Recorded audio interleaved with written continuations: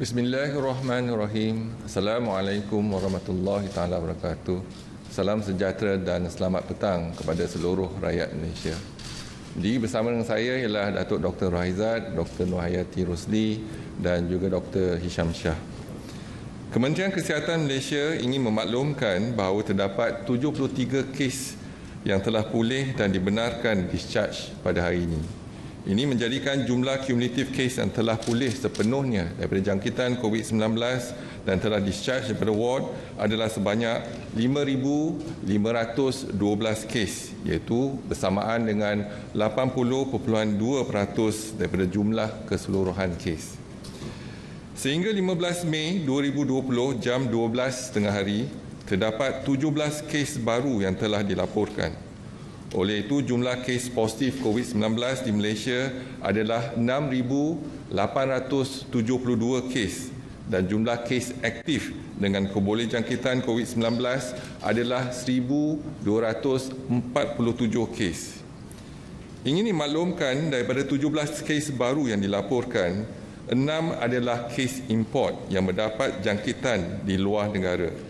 Manakala 11 kes adalah penularan tempatan yang melibatkan 5 bukan warga negara Malaysia.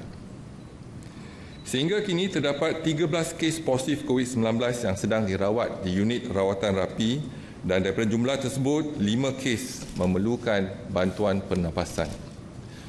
Daripada maklumat terkini yang dilaporkan ke CPRC Kebangsaan, duka cita dimaklumkan bahawa terdapat pertambahan 1 kes kematian berkaitan dengan COVID-19.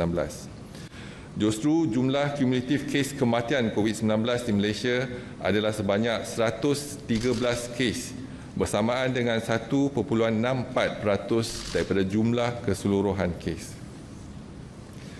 Kes kematian ke-113 iaitu kes 6,856 merupakan wanita warga negara Malaysia berumur 53 tahun. Beliau mempunyai sejarah penyakit barah paru-paru peringkat terakhir dan penyakit darah tinggi.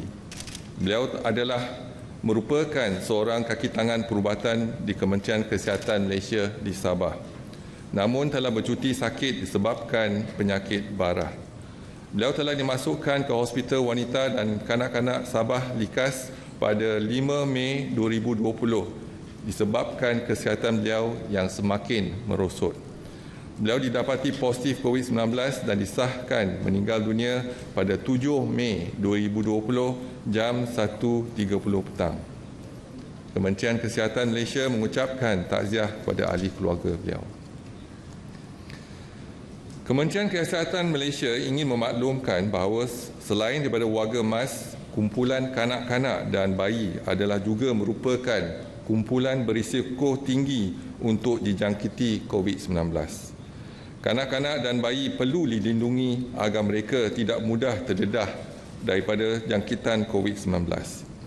Sehingga 16 Mei 2020 terdapat 317 kes positif COVID-19 di kalangan kanak-kanak berumur 12 tahun ke bawah. Daripada jumlah tersebut, 112 kes iaitu 35% adalah di kalangan kanak-kanak berumur 4 tahun dan ke bawah. Dan 22 kes iaitu bersamaan dengan 7% di kalangan bayi kurang daripada 1 tahun. Setakat ini, tiada kes kematian positif COVID-19 telah dicatatkan di kalangan kanak-kanak bawah 12 tahun. Negeri Selangor telah mencatatkan bilangan kes positif COVID-19 yang tertinggi di kalangan kanak-kanak bawah 12 tahun, iaitu 77 kes. Diikuti oleh Negeri Sembilan 48 kes, Johor 46 kes, wilayah Persekutuan Kuala Lumpur dan Putrajaya 28 kes dan Sabah 26 kes. Kanak-kanak dan bayi memerlukan ibu bapa, penjaga dan ahli keluarga yang lebih tua untuk melindungi kanak-kanak dan bayi daripada jangkitan COVID-19. Ibu bapa dan penjaga perlu memberi didikan kepada kanak-kanak agar mereka dapat mengamalkan tahap kebersihan yang tinggi, sentiasa mencuci tangan dengan air dan sabun dan sangat digalakkan memakai penutup mulut dan hidung face mask di kawasan umum. Kementerian Kesihatan menyuruh ibu bapa, penjaga dan ahli keluarga yang lebih tua untuk menjalankan tanggungjawab untuk melindungi mereka setiap masa agar tidak terdedah kepada virus yang tidak dapat dilihat dengan mata kasar. Masyarakat umum juga disarankan untuk sama-sama membantu dalam melindungi kanak-kanak dan bayi dengan mengelakkan daripada berada dalam jarak kurang daripada 1 meter dan mereka iaitu dengan mengamalkan jarak sosial yang selamat. Elakkan daripada membawa kanak-kanak dan bayi di tempat awam. Orang ramai juga diingatkan supaya turut patuh kepada 3C dan 3W seperti disarankan oleh kementerian. Elakkan 3C iaitu elakkan kawasan yang sesak, crowded place, elakkan kawasan yang sempit, confined space dan elak bertutur dengan jarak yang dekat, close conversation. Amalkan 3W iaitu kerap mencuci tangan dengan air dan sabun, wash. Sangat digalakkan memakai alat penutup hidung dan mulut, face mask di tempat awam atau jika bergejala, wear. Dan warn iaitu amaran daripada Kementerian Kesihatan Malaysia yang lebih berkonsep peringatan seperti elak bersalaman dan bersentuhan. Amalkan etika batuk dan bersin. Kerap lakukan aktiviti disinfeksi. Duduk di rumah dan hanya keluar sekiranya ada urusan penting sahaja. Dan dapatkan rawatan segera jika bergejala. Kementerian Kesihatan akan terus memantau perkembangan kejadian penjangkitan dalam negara dan juga luar negara melalui maklumat yang diperolehi daripada pihak Pertubuhan Kesihatan Sedunia. Orang ramai akan sentiasa dimaklumkan sebarang perkembangan terkini dan Kementerian Kesihatan akan memastikan langkah pencegahan dan kawalan yang sewajarnya akan dilaksanakan secara berterusan. Seterusnya dimaklumkan laporan kluster COVID-19 di kawasan Perintah Kawalan Pergerakan diperketatkan sehingga 16 Mei 2020 melibatkan hanya satu lokaliti. Lokaliti tersebut ialah kawasan Pasar Jalan Osman. Tiada kes baru telah dikesan pada hari ini, iaitu jumlah kes positif pula kekal 28 kes melibatkan 2 kes di luar PKPD. Dan juga ingin dimaklumkan 21 di antara mereka adalah bukan warga negara. Seterusnya, kluster perhimpunan di Masjid Sri Petaling, hari ini tiada pertambahan kes. Bilangan sampel yang telah disaring dan diuji adalah 38,708 kes. Jumlah kes positif adalah 2,364 kes melibatkan 5 generasi. Seterusnya, saringan COVID-19 di 370 sekolah tahfiz dan madrasah sehingga 16 Mei 2020. Jumlah pelajar, guru dan kaki tangan yang telah dikenal pasti ialah 19,770. Jumlah sampel yang diambil dan diuji adalah 13,498, iaitu bersamaan dengan 68.3%. Jumlah kes positif adalah 655, iaitu 4.9%. Dan mereka yang bergejala ialah 96, iaitu 14.7%. Mereka yang positif dan tidak bergejala adalah 559, iaitu bersamaan dengan 85.3%. Seterusnya dimaklumkan warga negara Malaysia yang pulang dari luar negara dan telah dikuarantinkan adalah sejumlah 36,170 individu dan 28,330 telah pun tamat tempoh kuarantin selama 14 hari. Dan jumlah kes yang positif adalah 365 kes. Dimaklumkan saringan COVID di 350 pasar sehingga 16 Mei 2020. Dan jumlah peniaga dan lain-lain pekerja dikenal pasti adalah 36,210. Jumlah sampel yang diambil dan diuji ialah 28,385 kes, iaitu bersamaan dengan 78.4%. Jumlah kes yang positif ialah 258, iaitu bersamaan dengan 0.9%. Ingin dimaklumkan kluster Bandar Baru Ibrahim Majid telah pun tamat pemantauan dan pengawasan hari ini, iaitu tiada kes dilaporkan untuk tempoh 28 hari.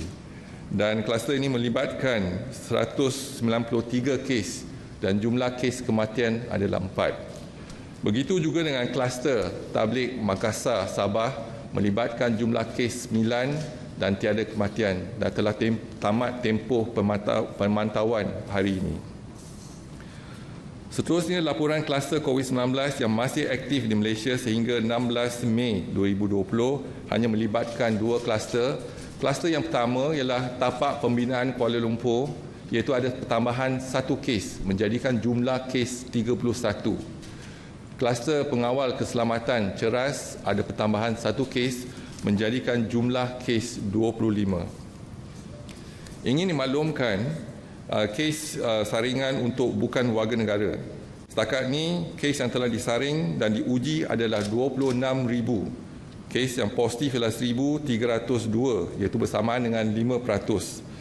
464 bukan warga negara masih dalam rawatan, iaitu 35.9%, dan 3 bukan warga negara sedang dirawat di ICU, iaitu 0.6%. Dan yang telah sembuh ialah 830 bersamaan dengan 63.7% dan melibatkan 4 kematian, iaitu 0.3%. Seterusnya dimaklumkan keupayaan harian makmal COVID-19 dalam negara, iaitu ialah bersamaan dengan 27,233. Dan semalam kita jaya melaksanakan ujian seharian 23,312, iaitu 86% daripada 45 makmal yang telah dikenal pasti. Dan saya buka kepada sebarang pertanyaan, silakan. Baik, Assalamualaikum Datuk. Saya Syamila dari RTM. Seperti mana kita semua tahu, antara golongan yang berisiko untuk mendapat jangkitan COVID adalah warga emas dan juga individu yang ada penyakit kronik. Dan sekarang ni ada golongan seperti kanak-kanak dan bayi yang positif COVID-19. Jadi apa sebenarnya faktor yang membuatkan mereka berisiko untuk mendapatkan jangkitan tersebut? Dan yang kedua, sebenarnya dengan raya ni, kita tahu kanak-kanak antara individu yang paling gembira dan excited untuk sambut. Jadi mungkin tiada penjarakan sosial kerana mungkin mereka berlari bersama dengan rakan-rakan mereka. Jadi mungkin Datuk ada saranan kepada ibu bapa untuk menjaga anak-anak mereka atau sebagainya. Terima kasih, Datuk. Terima kasih. Jadi kita telah maklumkan, jadi adalah penting untuk kita lindungi keluarga kita dan juga masyarakat. Dan kanak-kanak juga didapati mereka mendapat jangkitan daripada ahli keluarga. Contohnya kalau ibu bapa yang dijangkiti ataupun adik-beradik yang dijangkiti boleh menjangkiti kanak-kanak tersebut di rumah. Jadi kalau kita pulang ke rumah, pastikan yang pertama jangan kita sentuh kanak-kanak dulu. Kita mandi ataupun kita menggunakan hand sanitizer, mencuci tangan sebelum kita merapat dengan kanak-kanak tersebut. Sebab kita terdedah kepada virus dalam masyarakat. Setiap kali kita balik ke rumah, kita membawa virus tersebut. Dan kita boleh menjangkiti warga emas ataupun kanak-kanak. Itu sebab dalam musim perayaan, Kementerian Kesihatan bimbang, iaitu kita mungkin membawa virus tersebut pulang ke kampung dan pulang dan menjangkiti warga emas dan juga kanak-kanak. Jadi apa yang penting ialah kita kena patuh kepada SOP yang telah diberikan oleh Kementerian Kesihatan. Pastikan kita ada penjarakan sekurang-kurangnya 1 meter. Pastikan kita sentiasa mencuci tangan dengan sabun dan air ataupun menggunakan sanitizer. Pastikan kita elakkan perhimpunan. Dan juga apa yang pasti ialah kita perlu lindungi kita perlu lindungi keluarga kita perlu lindungi masyarakat kita.